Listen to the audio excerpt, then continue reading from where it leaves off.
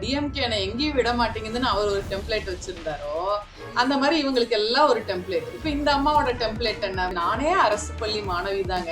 சரி, நீ ஏன் அரசு பள்ளி மாணவி தானே, அப்புறம் ஏன் இந்த மாதிரி கேள்விகளை நீங்க கேக்குறீங்க? நீங்க கேக்குற கேள்வி கரெக்டா? உங்களுக்கு வந்து அந்த அரசு பள்ளி மாணவியோட மனநிலை என்னன்னு தெரியாதா? அப்ப நீங்க ஏன் அந்த பொது இடத்துல அந்த குழந்தைய வச்சு பப்ளிக் ஷேம் பண்றீங்க? ஒரு இங்கிலீஷே அவங்க டெஸ்ட் பண்றதா இருந்தாலும் first who is she to test English, அதுவே இங்க क्वेश्चन மார்க். ஓகே, நீங்க உங்க ஆணவத்தையும் உங்க அதிகார திமிரையும் காமிக்கிறதுக்காக அந்த இடத்துல அந்த குழந்தைய வச்சு ஒரு கேள்வி கேக்குறீங்க. இதே ஒரு மேலை நாடுகள்ல நடந்திருந்தா இந்நேரம் அந்த அம்மா மேல கேஸ் வந்துருக்கும், இந்நேரம் அவங்க ரிசைனே பண்ணியிருக்கணும். சரி, 35% ஓட்டு போட்டு நீங்க இன்னைக்கு எல்லாரும் அமைச்சரா உட்காந்துட்டீங்க, மீதி இருக்கிறவன் யோசிக்க மாட்டானா? இப்போ ஓட்டு போட்டவங்களே யோசிச்சுட்டு இருக்காங்க, எதுக்குடா ஓட்டு போட்டோம். ஏன்னா இப்போது யார் இருந்தாலும் அது விஜயங்கிறவங்களுக்கு விழுந்த ஓட்டு தானே, அது கீர்த்தனாக்குன்னு விழுந்த ஓட்டு கிடையாது. இந்த அமைச்சர் தான் ரீல்ஸ் பண்ணா வீடியோ பண்ணா இன்வெஸ்டர்ஸ் இன்வெஸ்ட் பண்ணுவாங்கன்னு சொன்ன அமைச்சர் தானே இவங்க. அவங்க போர்ட்ஃபோலியோலயே இந்த மினிஸ்டர்ஸ்க்கு நாலேஜ் இல்லாத போது இன்னொரு டிபார்ட்மெண்ட்ல எதுக்கு இவங்க போய் ஆய்வு பண்ணி அரசு நிறுவனங்கள் எல்லாத்தையும் இப்படி ஏன் போர்ட்ரே பண்றாங்கன்னா அவங்களுக்கு பிரைவேடைஸ் பண்ணணும். அப்பதானே லாட்டரி பணம் எல்லாம் ஈஸியா உள்ள வர முடியும். எல்லாத்தையும் பிரைவேடைஸ் பண்ணிட்டு தானே இருக்காங்க இப்போ. தமிழ்நாட்டுல எல்லாமே சேஞ்ச் ஆயிடுச்சு. உங்க நகையையும் சேஞ்ச் பண்ணுங்க. உங்க பழைய நகைக்கு கிராமுக்கு 150 ரூபாய் கூடுதலா வாங்கி புது நகை எடுத்துக்கோங்க. அதே கம்மி சேதாரம் தான் உங்க லலிதால மட்டும்தான். ஆச்சி மசாலா, எந்த சமையலும் ருசி தேடும் ரகசியம் 20 ரூபாய். உலக தமிழர்களுக்கு வணக்கம். இது கிங் டிவி. இன்றைய நிகழ்வுள் திராவிட முன்னேற்ற கழகத்திலிருந்து தோழர் ஸ்ரீநிதி அவர்கள் இணைகிறார்கள். வணக்கம் தோழர். வணக்கம். தொழில்துறை அமைச்சர் திரு கீர்த்தனா அவர்களுடைய காணொளி தற்போது சமூக வலைதளங்களில் பகிரப்பட்டு வருகிறது. தொடர்ந்து அந்த காணொளிக்கு எதிரான பதிவுகளை மக்களே பலரும் வந்து அந்த எதிரான பதிவுகளை பதிவு செய்கிறார்கள். எதிர்கட்சி தலைவர் திரு உதயநிதி ஸ்டாலின் உட்பட இதற்கு கண்டனத்தை பதிவு செய்திருக்கிறார்கள். முதற்கட்டமாக இந்த தாவேக்காவை சார்ந்த எம்எல்ஏக்கள், அமைச்சர்கள் இந்த ரீல்ஸ் மனநிலையில் இருப்பதற்கு என்ன காரணம், நம்ம அதுல இருந்து பேச தொடங்கலாம். பேசிக்கா இவங்களுக்கு எல்லாம் ஒரு இந்த அட்டென்ஷன் சீக்கிங் டிஸார்டர்னு சொல்லுவாங்கல்ல சைக்காலஜிஸ்ட், அட்டென்ஷன் சீக்கிங் அப்படின்னு ஒரு இது சொல்லுவாங்க. So attention seeking. ஏன்னா இவங்க எல்லாம் எங்க இருந்து வந்தாங்கன்றத நீங்க பாக்கணும்ல. இப்ப ரீல்ஸ் போட்டுட்டு இருந்தாங்க தானே இவங்க, பேசிக்காவே இவங்க எல்லாம் ரீல்ஸ் போட்டுட்டு இருந்தவங்க தானே. இந்த விருதை மகள் கீர்த்தனாவே எடுத்துக்கிட்டீங்கன்னா அவங்க வந்து முதல்ல சுயேட்சை வேட்பாளர் அப்படின்னாங்க. அவங்க தொகுதியில நான் சுயேட்சை வேட்பாளர், நான் இந்த மண்ணின் மகள் அப்படி இப்படின்னு சொல்லி தன்னை ஒரு சுயேட்சை வேட்பாளரா இது பண்ணிட்டு ரீல்ஸ் போட்டுட்டு இருந்தாங்க அழகழகா. அப்கோர்ஸ் அதுக்கு வந்து ஐ திங்க் அவங்க அந்த பொலிட்டிக்கல் பிராண்டிங் கம்பெனிஸ்ல எல்லாம் ஒர்க் பண்ணதுனால அவங்களுக்கு அந்த அனுபவம் இருந்ததுனால அவங்கள நல்லா ஒரு இமேஜ் பிராண்டிங் பண்ணிட்டு இன்ஸ்டாகிராம் ரீல்ஸ் போட்டுட்டு இருந்த பொண்ணு தானே அவங்க. அப்புறம் திடீர்னு வந்து ஓவர் நைட்ல தாவேக்காவுல சேர்றாங்க, தலைவர்களை பாக்குறாங்க, அங்க வந்து சீட்டை வாங்கிடுறாங்க. அதுதானே அவங்களுடைய பின்னணி. சோ அந்த அட்டென்ஷன் சீக்கிங்கிறது வந்து அடிப்படையில அங்க எல்லா அமைச்சர்களுக்கும் இருக்குல்ல அதிக அளவுல. ஏன்னா நீங்க வந்து பாத்தீங்கன்னா இதுக்கு முன்னாடி எல்லாம் சொல்றேன், ஒரு ஆய்வு போறாங்க எங்கனாலும் போய் ஒரு ஆய்வு பண்ணுவாங்க, 1-2 ஸ்டில் போட்டோஸ் வேணா நம்ம பார்க்கலாம். இன்னைக்கு இந்த அமைச்சர் இங்க போனாங்க, இந்த திட்டத்தை நிறைவேற்றினாங்க, இந்த ஆய்வு பண்ணாங்கன்னு வரும். ஆனா இப்ப இவங்க போகும்போதே எங்க போனாலும் ஒரு பேக்ரவுண்ட் மியூசிக், ஒரு வீடியோ எடிட்டர். இன்னைக்கு பொதுமக்களே என்ன கேக்குறாங்க, எங்க போனாலும் கேமராமேன் ஃபர்ஸ்ட் போயிடுறாங்க.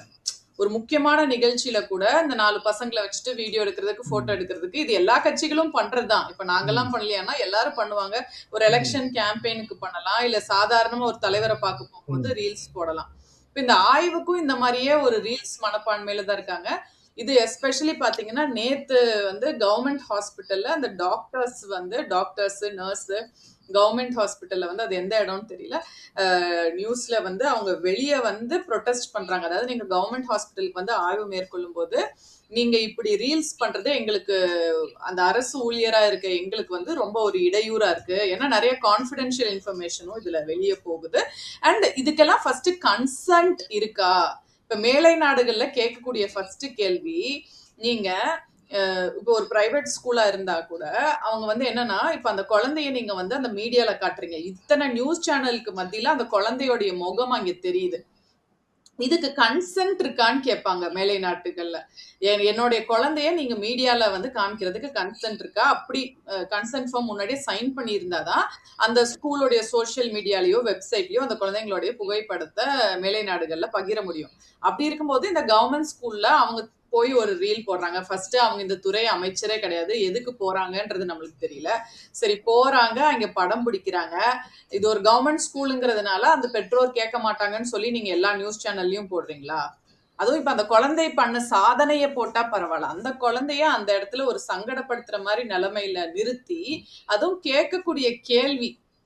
இப்ப நம்ம என்ன கேட்போம், ஒரு இங்கிலீஷே அவங்க டெஸ்ட் பண்றதா இருந்தாலும் first who is she to test English, அதுவே இங்க கொஸ்டின் மார்க். ஓகே, நீங்க உங்க ஆணவத்தையும் உங்க அதிகார திமுறையும் காமிக்கிறதுக்காக அந்த இடத்துல அந்த குழந்தைய வச்சு ஒரு கேள்வி கேக்குறீங்க. என்ன மாதிரி கேள்வி கேக்குறீங்க? வாட்டர் நம்ம பார்த்திருப்போம், ஒரு குழந்தைய பார்த்தா நம்ம எல்லாம் என்ன கேள்வி கேட்போம்? வாட் இஸ் யுவர் ஆம்பிஷன், நீ என்னவாக விரும்புற, who is your role model, இப்படிதான கேள்வியை கேட்போம். ஒரு கவர்மெண்ட் ஸ்கூல்ல பொருளாதாரத்துல பின்னடைந்த குழந்தைகள் படிப்பாங்களா இல்லையா? அப்ப அந்த இடத்துல அந்த ஃபாதருடைய ப்ரொஃபஷனை அந்த குழந்தை சொல்லணுங்கிற அவசியமே இல்லை. இப்ப மேலை நாடுகள்ல நீங்க ஒரு இன்டர்வியூக்கு போறீங்கன்னு வச்சுக்கோங்களேன், இன்ஃபேக்ட் உங்க மேரிட்டல் ஸ்டேட்டஸ கூட கேட்க மாட்டாங்க. ஏன்னா that is your private information, எனக்கு தேவையில்லை. இந்த இன்டர்வியூக்கு உங்களுக்கு என்ன ஸ்கில்ஸ் வேணுமோ அதுதான் கேட்பாங்க. Certain things are confidential, privacy இருக்கு, கன்சென்ட் வேணும், இதெல்லாம் வந்து ஃபாலோ பண்றாங்க. அப்படி இருக்கும் பொழுது முன்னாடி அரசாங்கத்திலயும் அப்படிதான் நடந்துட்டு இருந்துச்சு. இப்ப இவங்க திடீர்னு போய் ஒரு ஆய்வு பண்ணி வாட் இஸ் யுவர் ஃபாதர், அப்ப கூட அந்த குழந்தை வந்து அந்த அவங்களுடைய தந்தையோட பேரை சொல்லுது. அது இந்த அம்மாக்கு பத்தல. கூட இருக்கிற அதிகாரிகளை வச்சுட்டு what is your father's profession கேளு அப்படின்னு குறிப்பா எதுக்கு கேட்கணும்? இப்ப பாட புத்தகத்துலங்க ரொம்ப ஸ்டீரியோ டைபிக்கலா சிலதெல்லாம் வந்துட்டு இருக்கும், அதெல்லாம் நம்ம சேலஞ்ச் பண்ணுவோம். அதாவது அம்மாக்கள் வந்து ரொட்டி தேய்ச்சிட்டு இருக்காங்க, அப்பாக்கள் வேலைக்கு போறாங்கன்னு சில சிபிஎஸ்சி புக்ஸ்ல எல்லாம் வரும்போது எல்லாரும் எஜுகேட்டர்ஸ் சைக்காலஜிஸ்ட் எல்லாம் என்ன சொல்லுவாங்க, இன்னும் ஏன் இந்த ஸ்டீரியோ டைபிக்கல் மைண்ட் செட்ல இருக்கீங்க, pink is for girls, blue is for boys, எதுக்கு இப்படி ஒரு ஜெண்டர் பயத்தோட குழந்தைய வளர்க்குறீங்க? அப்ப இந்த கரிக்குலம் எல்லாம் அடிப்படையில மாறணும்னு சொல்லிதான் நம்ம ஸ்கூல் சில்ட்ரன் கூட ஒர்க் பண்றோம். அப்படி இருக்கும்போது இந்த அம்மா போய் கேட்கக்கூடிய கேள்வியே தவறு தானே. What is your father's profession, ஏன் அதை கேட்கணும்? ஒரு கவர்மெண்ட் ஸ்கூல்ல அந்த குழந்தைய சங்கூச்சப்படுத்தி ஏன் அதை கேட்கணும்? எதுக்கு அந்த குழந்தைய வந்து ஒரு மீடியா சேனல்ல காமிக்கணும்? இதுக்கான அவசியம் என்ன? இந்த மாதிரி தானே. இப்ப இன்னொருத்தர் கூட ஒரு அமைச்சர் வந்து கவர்மெண்ட் ஹாஸ்பிட்டல்ல போய் ஆய்வு மேற்கொள்றாரு. ஒரே டாக்டர் ஃபுல்லா பார்த்ததானே பேஷண்ட்டுக்கு தெரியும், ஏன் டியூட்டியில மாத்தி மாத்தி டாக்டர் வராங்கன்னு முட்டாள்தனமா ஒரு கேள்வி கேட்டாரு. அப்ப அவங்களுக்கு அவர்கள் துறை சார்ந்தே வேலை பார்க்க தெரியாத போது அவருக்கு தெரியாத டிபார்ட்மெண்ட்ல போய் தன்னை ஃபேமஸ் பண்ணிக்கிறேன்னு சொல்லி எதுக்கு போய் இப்படி இவ்வளவு ஒரு இன்னல்களை கொடுக்கணும்? இது வந்து முழுக்க முழுக்க கண்டிக்கத்தக்க விஷயம் தான் இந்த அமைச்சர் கீர்த்தனா பண்ண விஷயம். இது ஒரு 3 விடம். முதல்ல இன்றைக்கு ஆட்சிக்கு வந்திருப்பவர்கள் புதியவர்கள் ஆட்சி நிர்வாகத்திற்கு வந்திருக்கிறார்கள். இரண்டாவது, ரீல்ஸ் போடுறது என்ன குற்றமா அப்படின்ற கேள்வி இருக்கு. மூன்றாவது, இதை விளம்பர வெறின்னு எதிர்க்கட்சி தலைவர் குற்றம் சாட்டுறாரு. இது ரொம்ப மிகையா இல்லையான்ற 3 கேள்வி இருக்கு. முதல்ல ஆட்சிக்கு வந்தவர்கள் புதியவர்கள், ரெண்டாவது ரீல்ஸ் போடுறது என்ன குற்றமான்னு கேட்கறாங்க, மூன்றாவது இது விளம்பர வெறின்னு சொல்லணுமான்னு கேட்கறாங்க. 3 கேள்வி. அதுதாங்க. இப்ப நீங்க எப்ப விளம்பரம் பண்ணுவீங்க? இப்ப உங்களுக்கு வந்து நீங்க ஓகே ஓட்டு கேட்க போறீங்க, இந்த எலெக்ஷன் டைம்னா நீங்க யாருங்கிறது மக்களுக்கு தெரியணும். ஏன்னா இவங்க எல்லாம் புதுமுகங்கள் தானே, ஆல்ரெடி எஸ்டாப்ளிஷ் பீப்புள். அப்ப நீங்க ரீல்ஸ் போட்டீங்க, அண்ணம்பாரு தளபதினு ரீல் போட்டுட்டு போய் ஓட்டு கேட்டீங்க, அதெல்லாம் ஃபைன், ஓகே. நீங்க இப்ப ஆட்சி பொறுப்புக்கு வந்துட்டீங்கல்ல, இன்னமும் எதுக்கு அந்த சினிமா மோகத்திலேயே அதே மாதிரி கட் கேமரா ஆக்ஷன், அவங்களுடைய தலைவர் முதலமைச்சரும் அதே மாதிரி கட் கேமரா ஆக்ஷன் தான் சட்டமன்றத்துக்குள்ள பேசுறாரு. இவங்களும் ஆய்வுக்கு போகும்போது தன்னை ஒரு பெரிய ஹீரோவா திடீர்னு, இப்ப சாதாரணமா இருந்தவங்க தாங்க இவங்கெல்லாம், சாதாரணமா இருக்கிறாங்க, நம்மள மாதிரி இருக்காங்கன்னு சொல்லிதானே மக்கள் ஓட்டு போட்டு ஜெயிக்க வச்சிருப்பாங்க. அப்ப திடீர்னு நீங்க அமைச்சர் ஆனதுக்கு அப்புறம் ஒரு ஆணவ திமிரு, ஒரு அதிகார போதை, நான் அமைச்சர் ஆயிட்டேன் அப்படிங்கிற மாதிரி தானே இருக்கு. இவங்க பிஹேவியர் வந்து பாத்தீங்கன்னா அப்படித்தானே இருக்கு. இப்ப இவங்களே தாங்க மண்ணவாரி இறைச்சுக்கிறாங்க. இப்ப அப்பாவை காணோன்னு ஆரம்பிச்சது யாரு? முதலமைச்சர் தான். யாரும் அவருடைய தந்தை ஸ்தானத்தை பத்தி யாருமே குறை சொல்லல. அப்பாவை காணோன்னு தேவையில்லாம அவர் ஒண்ணு சோசியல் மீடியால இழுத்து விட்டதுனாலதான் அது என்னமோ திமுக தான் பண்ற மாதிரி கட்டமைப்பாங்க. நீங்க சொன்ன மாதிரி பொதுமக்களே அது ரொம்ப ஒரு டிஸ்டேஸ்ட்ஃபுல்லா இருக்குல்ல, அப்பாவை காணோம். அப்ப பொதுமக்களே வந்து இத சொல்றதுக்கு நீங்க சரியான நபரான்னு பேச ஆரம்பிச்சாங்க. அப்ப இவங்க தான் அந்த சோஷியல் மீடியால ஆரம்பிச்சு விடுறாங்க. இன்னைக்கு வந்து அந்த இன்னைக்கு வந்து பாத்தீங்கன்னா அந்த விளம்பரம்ங்கிறது வந்து ரொம்ப ஒரு இரிட்டேட் பண்ற மாதிரி இருக்குல்ல. ஒரு சொசைட்டிவே இவங்க பண்ற விளம்பரம் வந்து இரிட்டேட் பண்ற மாதிரி இருக்கு. இப்ப நீங்க அன்னைக்கு ஒரு 2-3 நாளைக்கு முன்னாடி ஒரு அரசு மருத்துவமனையில அரசு மருத்துவர்களும் செவிலியர்களும் வந்து போராட்டம் பண்றாங்க. அதாவது இவங்க வந்து அரசு மருத்துவமனையில வந்து ஆய்வு பண்றன்ற பேர்ல ரீல்ஸ் எடுக்கிறது வந்து எங்களுடைய பேஷண்ட்ஸ்க்கு டிஸ்டர்ப் ஆகுது, கான்ஃபிடென்ஷியல் இன்ஃபர்மேஷன் வெளியே போகுது அப்படின்னு சொல்றாங்க. எல்லாரும் அதை விருப்பப்பட மாட்டாங்கல்ல. பல்வேறு விஷயங்களுக்காக நீங்க ஒரு பொது இடத்துல வரும்போது எல்லாம் உட்காந்து ரீல்ஸ் எடுத்துட்டு இருந்தா அது யாரும் விருப்பப்பட மாட்டாங்க. முன்னாடி எல்லாரும் போவாங்க, போட்டோ எடுப்பாங்க, இந்த ஆய்வு இங்க நடந்துச்சுன்னு மட்டும்தான் போடுவாங்களே தவிர யாரும் இப்படி இவங்க எல்லாம் வர்றதுக்கு முன்னாடியே கட் கேமரா ஆக்ஷன், கேமரா பசங்க, வீடியோ எடிட்டர், அதுக்கு ஒரு பிஜிஎம், எல்லாரும் அப்படித்தானே இருக்காங்க. அமைச்சர்கள் எல்லாருமே இந்த ரீல்ஸ் மனநிலையில தான் இருக்காங்க. அதான் நான் சொன்னது, ஒரு அட்டென்ஷன் சீக்கிங் டிஸார்டர் மாதிரி பண்ணிட்டு இருக்காங்க. இது மக்கள் வந்து ரசிக்க மாட்டாங்க. அல்டிமேட்லி ஓகே, நீங்க இதெல்லாம் பண்ணி ஆட்சிக்கு வந்துட்டீங்க, அண்ணம்பாரு தளபதினு பாட்டெல்லாம் போட்டு நீங்க இப்ப ஆட்சிக்கு வந்துட்டீங்க, ஓகே, எல்லா சின்ன சிறுசுங்கள்லாம் ஓட்டு போட்டாங்க உங்களை இந்த மனநிலையில. இப்ப நீங்க கவர்னன்ஸ தானே போக்கஸ் பண்ணணும். அதை விட்டுட்டு திரும்ப நீங்க ரீல்ஸே பண்ணிட்டு இருந்தீங்கன்னா, ஏன்னா இந்த அமைச்சர் தான் ரீல்ஸ் பண்ணா வீடியோ பண்ணா இன்வெஸ்டர்ஸ் இன்வெஸ்ட் பண்ணுவாங்கன்னு சொன்ன அமைச்சர் தானே இவங்க. அப்ப அந்த அளவுக்கு தான் அவங்களுடைய நாலேஜ் இந்த செக்டர்ல இருக்கு. அவங்க செக்டர்ல அவங்க போர்ட்போலியோலயே இந்த மினிஸ்டர்ஸ்க்கு நாலேஜ் இல்லாத போது இன்னொரு டிபார்ட்மெண்ட்ல எதுக்கு இவங்க போய் ஆய்வு பண்ணி அதையும் குளறுபடி பண்ணி அதுக்கு ஏன் குழந்தைங்களை, பச்சிலம் குழந்தைங்களை எதுக்கு பாதிப்புக்குள்ளாக்குறாங்கன்னு தெரியல. இல்ல, அரசுடைய கல்வி தரமற்றதாக இருக்கிறது, அதாவது அரசு பள்ளியில் இருக்கக்கூடிய கல்வி தரமற்றதாக இருக்கிறது, கடந்த கால ஆட்சி அதற்கு பொறுப்பு அப்படின்னு எடுத்து நிறுவ முயற்சி பண்றாங்களோ? அதெல்லாம் இல்லைங்க. அவங்க வந்து தொடர்ந்து இந்த அரசு நிறுவனங்கள் எல்லாத்தையும் இப்படி ஏன் போர்ட்ரே பண்றாங்கன்னா, அவங்களுக்கு பிரைவேடைஸ் பண்ணணும். அப்பதானே லாட்டரி பணம் எல்லாம் ஈஸியா உள்ள வர முடியும். எல்லாத்தையும் பிரைவேடைஸ் பண்ணிட்டு தானே இருக்காங்க இப்போ. அப்படி பார்த்தா நான் முதல்வன் திட்டத்துல எத்தனை பேர் வந்து டிஎன்பிஎஸ்சி கிளியர் பண்ணாங்க, எல்லாம் அரசு பள்ளி மாணவ மாணவியர் தானே. சோ அதனால அவங்களுக்கு அது எண்ணம் கிடையாது, அது உண்மையான எண்ணம் கிடையாது. அப்படி உங்களுக்கு அரசியல் காழ்ப்புணர்ச்சி இருந்தாலும் அதுக்கு நீங்க குழந்தைங்களை பலிக்கடா எப்படி ஆக்க முடியும்? ஒரு குழந்தைய வச்சு நீங்க அந்த குழந்தைய பப்ளிக்கா ஷேம் பண்ணி what are you trying to prove?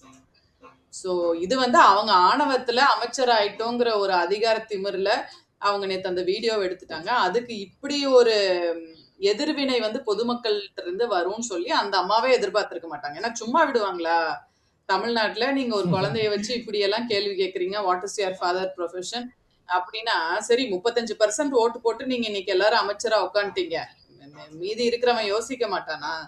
இப்போ ஓட்டு போட்டவங்களே யோசிச்சுட்டு இருக்காங்க, எதுக்குடா ஓட்டு போட்டோம். ஏன்னா இவங்க யாரு, இவங்க எல்லாம் என்ன கீர்த்தனாங்கிற அமைச்சருக்காக வாங்க இங்க அந்த சிவகாசிலையா விருதுநகர்லயா அந்த பொண்ணு அதுக்காகவா அவங்க ஓட்டு போட்டாங்க? கிடையாது, விஜய்ங்கிற முகத்துக்கு தானே. அந்த இடத்துல வந்து கீர்த்தனா அவங்களுக்கு பதில் யார் இருந்தாலும் அது விஜய்ங்கிறவங்களுக்கு விழுந்த ஓட்டு தானே, அது கீர்த்தனாக்குன்னு விழுந்த ஓட்டு கிடையாது. அப்ப இப்ப வந்து ஒரு ரியாலிட்டி ஹிட் ஆகுதுல்ல எல்லாருக்கும். எலெக்ஷன் முடிஞ்சோன்னா, ஓ நம்ம ஓட்டு போட்டது வந்து விஜய்க்கு கிடையாது, நம்ம தொகுதி எம்எல்ஏக்கு தான், நம்ம அமைச்சருக்கு தான் பல்வேறு திட்டங்கள் நடத்தணும்னா அந்த இடத்துல அமைச்சரும் முக்கியம்ல.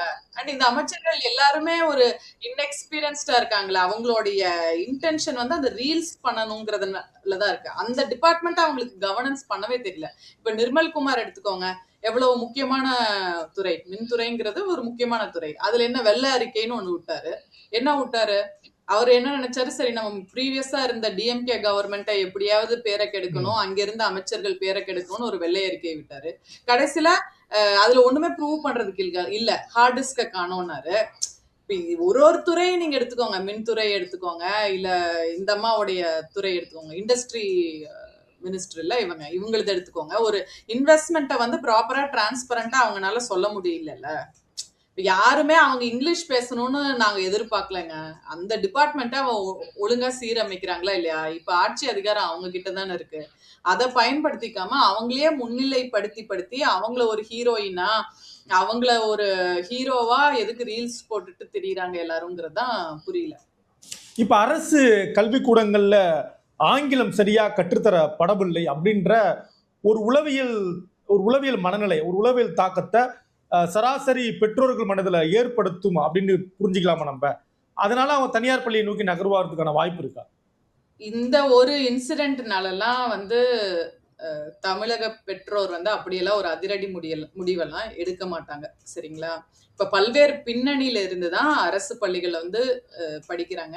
இப்ப நெறைய பள்ளிகள் வந்து பாத்தீங்கன்னா, மாடல் ஸ்கூல்ஸ், சென்னையில மாடல் ஸ்கூல்ஸ் எல்லாம் முன்னாள் ம். முதலமைச்சர் ஸ்டாலின் அவர்கள் பண்ணியிருக்காங்க. அதுக்கு அன்பில் மகேஷ் அவர்கள் பெரும் பங்கு வந்து நெறைய மாடல் ஸ்கூல்ஸ் அந்த மாரி பல்வேறு ம். கவர்மெண்ட் அதான் அரசு பள்ளி என்பது வந்து வறுமையின் அடையாளம் கிடையாது. அரசு பள்ளி என்பது எங்களது பெருமைன்னு சொல்லி அந்த மோட்டோ அண்ட் அந்த ஸ்லோகனை வச்சுதான் அரசு பள்ளிகளை அவங்க ஆப்ரேட் பண்ணிட்டு இருந்தாங்க முந்தைய அரசு. அதனால இப்ப இதுக்காக பிரைவேட் ஸ்கூல்ஸ்க்கு போவாங்கன்ற சொல்ல முடியாது. என்னைக்குமே வந்து அந்த பிரைவேட் எஜுகேஷன்ல பிரைவேடைசேஷன் வந்த காலங்கள்ல இருந்து ஒரு செலக்ட் ஃபியூ ஒரு கிரீமி பீப்புள் பிரைவேட் ஸ்கூல்ஸை நோக்கி, அதுவும் அவங்களுக்கு நிறைய இப்போ ஆப்ஷன்ஸ் இருக்கு இல்லையா, சிபிஎஸ்சி, ஐஜிசிஎஸ்சி, நிறைய போர்ட்ஸ் இருக்கு, அதுக்கு நோக்கி ஒரு கிரவுட் போக தானே செய்யுது. ஸோ அதுக்கும் இதுக்கும் நம்ம சொல்ல முடியாது. இவர்களுடைய நோக்கம் வந்து ரெண்டு, அதான் ஒண்ணு வந்து தனியார் மயப்படுத்தினா இவங்களுக்கான பிசினஸ்கள் வர வாய்ப்பு, இன்னொன்னு இவங்க தன்னை பெரிய ஒரு ஆளுன்னு சொல்லி முன்னிலைப்படுத்தி எடுக்கப்பட்ட ரீல் அந்த பாதிப்புக்குள்ள இருக்கு. அல்டிமேட்லி அவங்க எக்ஸ்போஸ் ஆயிட்டாங்க. அவங்க வந்து இன்னும் அமைச்சர்கள் வந்து அதிக அளவுல பிரஸ் சந்திக்கணும், அதிக அளவுல இந்த மாதிரி எல்லாம் பண்ணாதான் அவங்க காமெடிகள் எல்லாமே மக்களுக்கு தெரிய வரும். அதனாலதான் விஜய் அவர்கள்லாம் பிரஸ்ஸே சந்திக்கிறது இல்ல. சந்திச்சாதானே பிரச்சனை, சந்திச்சு பேசினாதானே உங்களுக்கு உள்ள என்ன இருக்குங்கிறது தெரியும். இந்த மாதிரி பேசிதான் 7.5 கூட்டிட்டு போயிடுறாங்களே எல்லா அமைச்சரும். சமூக வலைத்தளங்கள்ல இவ்வளவு கண்டனம் வந்திருக்கு. அமைச்சருக்கு கேக்குதா? எதிராக பலரும் கருத்தை பேசியிருக்காங்க, பதிவு பண்ணியிருக்காங்க. ஹலோ. இதற்கு பிறகு அமைச்சரிடம் வந்து நம்ம என்ன பதிலை எதிர்பார்க்கலாம், என்ன விளைவை எதிர்பார்க்கலாம்?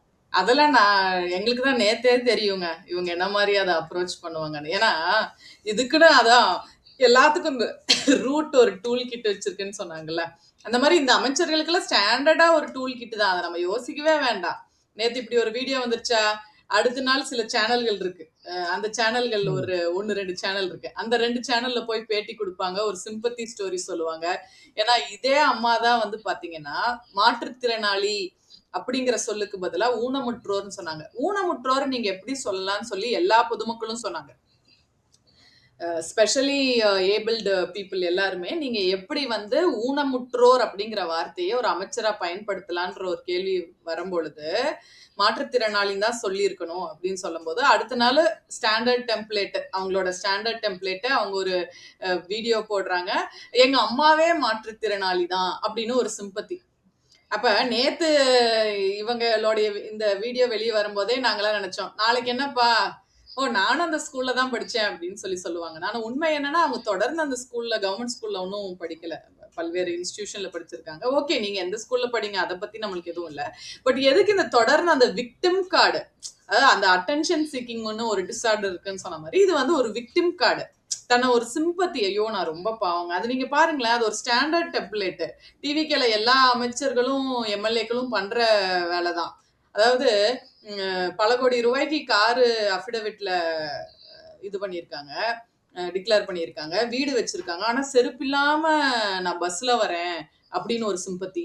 குழந்தைய நான் இது வச்சுட்டு தான் எல்லா இடத்துக்கும் நான் போகணும் அப்படின்னு ஒரு சிம்பத்தி. இப்ப அந்த ட்ரக் இஷ்யூல மாட்டினாரு, அவர் உடனே குழந்தைய தூக்கிட்டு வந்து ஒரு சிம்பத்தி. அப்ப இவங்க எல்லாருமே அந்த விக்டிம் கார்டு பயங்கரமா பிளே பண்றாங்க. அவர்களுடைய தலைவர் விஜய்ல ஆரம்பிச்சு, அதான் ஸ்டாண்டர்ட், அது வந்து ஹை பட்ஜெட் ஃபிலிம்னா இதெல்லாம் லோ பட்ஜெட் சீரியல் மாதிரி அவங்க ஸ்டாண்டர்டா அந்த டெம்ப்ளேட் சூப்பர். அவர் எப்படி ஒரு விக்டிம் கார்டு, ஐயோ ஸ்டாலின் அங்கிள் என்னை எங்கேயும் போய் பிரச்சாரம் பண்ண விட மாட்டேங்கிறாரு, டிஎம்கே என்னை எங்கேயும் விட மாட்டேங்குதுன்னு அவர் ஒரு டெம்ப்ளேட் வச்சிருந்தாரோ, அந்த மாதிரி இவங்களுக்கு எல்லாம் ஒரு டெம்ப்ளேட். இப்ப இந்த அம்மாவோட டெம்ப்ளேட் என்ன, முன்னாடி எங்க அம்மாவும் மாற்றுத்திறனாளின்னு ஒரு டெம்ப்ளேட் எடுத்துட்டு வந்தாங்க. இப்ப என்ன விக்டிம் கார்டு, நானே அரசு பள்ளி மாணவி தாங்க. சரி, நீ ஏன் அரசு பள்ளி மாணவி தானே, அப்புறம் ஏன் இந்த மாதிரி கேள்விகளை நீங்க கேக்குறீங்க? நீங்க கேக்குற கேள்வி கரெக்டா? உங்களுக்கு வந்து அந்த அரசு பள்ளி மாணவியோட மனநிலை என்னன்னு தெரியாதா? அப்ப நீங்க ஏன் அந்த பொது இடத்துல அந்த குழந்தைய வச்சு பப்ளிக் ஷேம் பண்றீங்க? இப்ப இதே ஒரு மேலை நாடுகள்ல நடந்திருந்தா இந்நேரம் அந்த அம்மா மேல கேஸ் வந்திருக்கும், அமைச்சர் மேல கேஸ் வந்திருக்கும், இந்நேரம் அவங்க ரிசைனே பண்ணி இருக்கணும். அந்த மாதிரிதான் இருக்கு இல்லையா? ஸோ அதனால இது ஒரு முற்றிலும் தவறான போக்கு. இந்த ரீல்ஸ் மாயையிலேயே இருக்காங்க. ரீல்ஸ் மாயையில அவங்க இருக்கிறது நம்மள தானே, பொதுமக்களாகிய நம்மளுக்கு தானே அஃபெக்ட் பண்ணுது. ஸோ முதல்ல அவங்க போய் இந்த ஆஸ்பத்திரியில ரீல்ஸ் எடுக்கிறது, ஸ்கூல்ல ரீல்ஸ் எடுக்கிறது, இதையெல்லாம் வந்து நிறுத்தணும். இல்லைன்னா தமிழ்நாடு வந்து பேராபத்துக்கு தான் போய் முடியும். அதுவும் ஸ்கூல் குழந்தைங்கள அவங்க படாத பாடுபடுத்துறாங்க. இன்னைக்கு நேத்து இல்ல, அவங்க 40 நாளே பாத்தீங்கன்னா முதலமைச்சருடைய படத்தை வந்து எல்லா கிளாஸ் ரூம்லயும் போய் வைக்கிறது. தலைமை ஆசிரியர் ரூம்ல மட்டும்தான் இருக்கணும்னு நினைக்கிறேன். பட் இவங்க போய் எல்லா குழந்தைங்க மத்தியில அந்த போட்டோவை கொடுக்கறது, அப்புறம் எல்லா சினிமா பாடல்கள், விஜய் அவர்களுடைய சினிமா பாடல்களை வந்து ஒப்பிக்க வைக்கிறது, மனப்பாடம் பண்ண வைக்கிறது.